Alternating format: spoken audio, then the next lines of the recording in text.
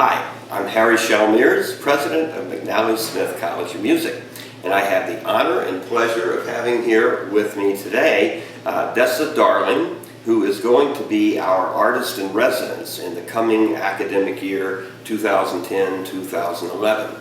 And Dessa, as you probably are well aware, is a great rap artist and singer, and you may not be so aware that she is also an essayist, a philosopher, and just a very interesting thinker. So I have Dessa here today with the opportunity to ask you the question that, since you have such a diverse array of interests, could you talk just a little bit about some of their influences, maybe beyond the rap artists that have been your major influences, but some of the thinkers or writers or books that have influenced you?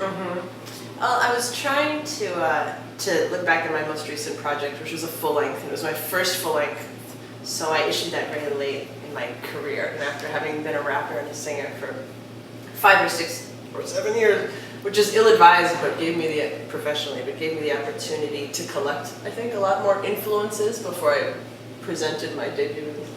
So the people who are mentioned explicitly are Bertrand Russell, who was a philosopher and a really sassy writer too. I really liked both his content and his style.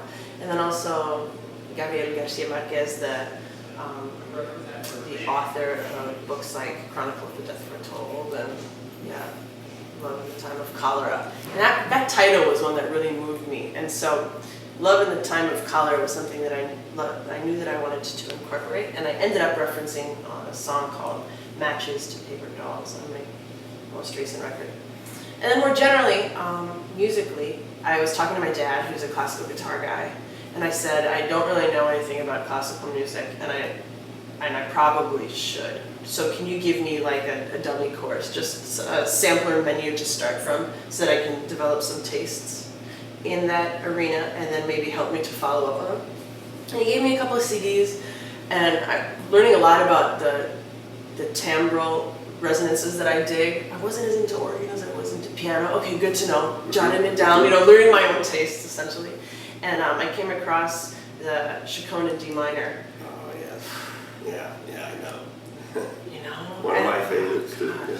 And at 11 minutes, and on the recording that I have anyway, at like 11 minutes and 40 seconds, there's this really staccato bit.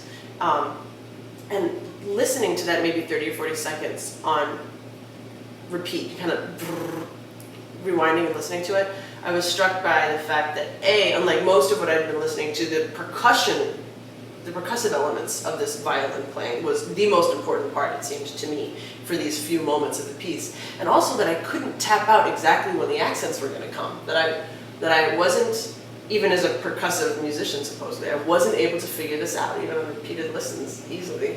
And I started to think about the kind of virtuosity of a player that you have to ask them to perform that piece well. And so then I wrote another song on my album called The Chaconne, about a man who devotes his life to the violin, and about the woman who loves him, and then is kind of his second favorite thing.